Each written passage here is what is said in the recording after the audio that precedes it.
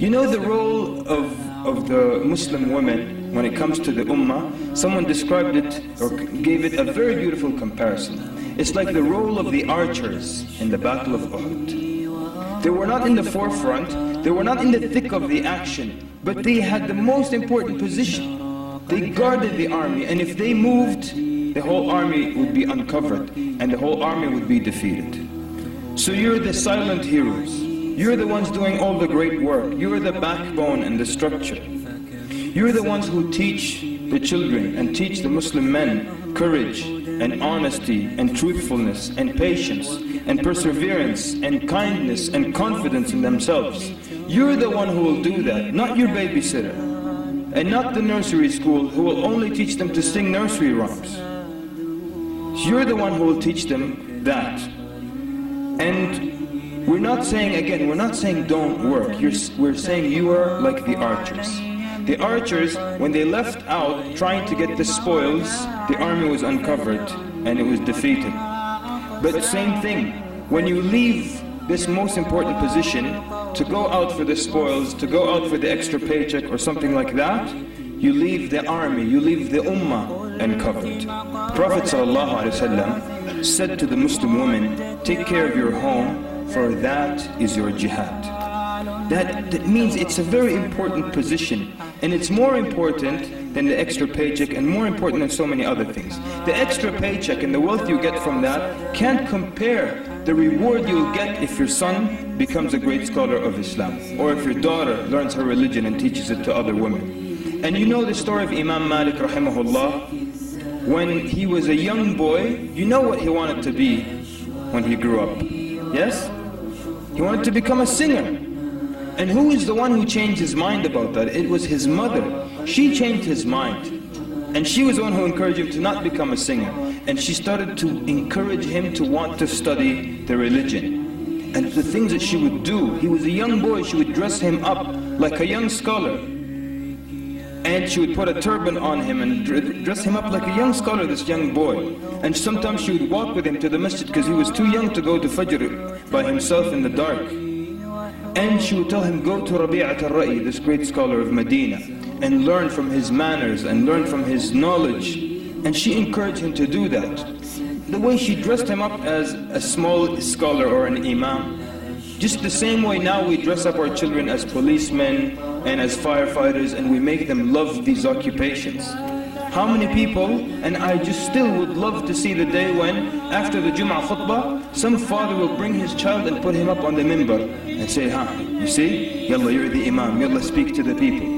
No, but we buy them these plastic badges and fake guns, yalla, you're a police officer, you're a firefighter. So sisters, next Friday, or any Friday when school is out, make sure your husband, he puts your son up on the minbar and tells him, look, you're the imam of the ummah.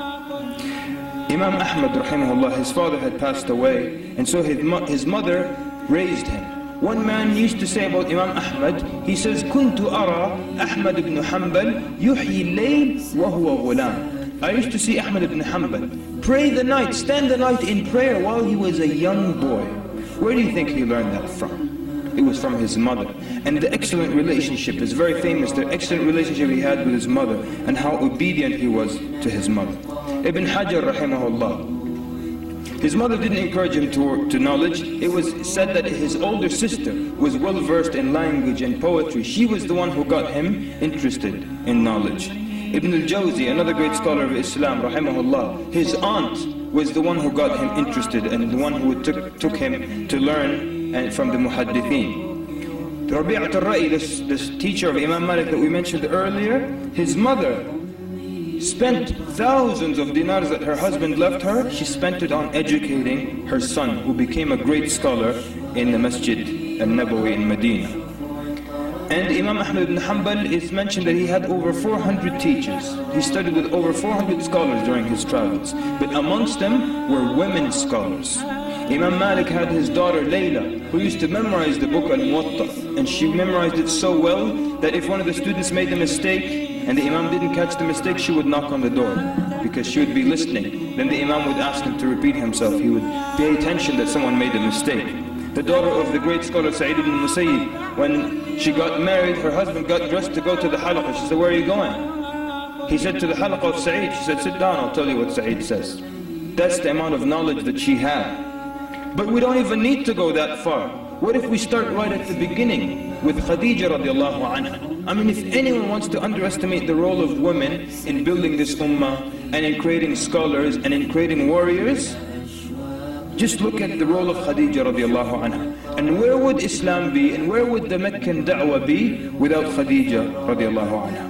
Even when the Prophet ﷺ, before he became a prophet, when he loved to go and meditate and do the tahannuth, sit in the cave for a long time, sometimes he would stay for a month, she would send the servants there to give him food. So he wouldn't have to interrupt himself and come back all the way to the city to get some food. She would send servants to him to give him food. But look at the instructions she would give them. Because she knows her husband ﷺ is dedicated to something and wants to do something. She would tell them, just put the food at the mouth of the cave and leave.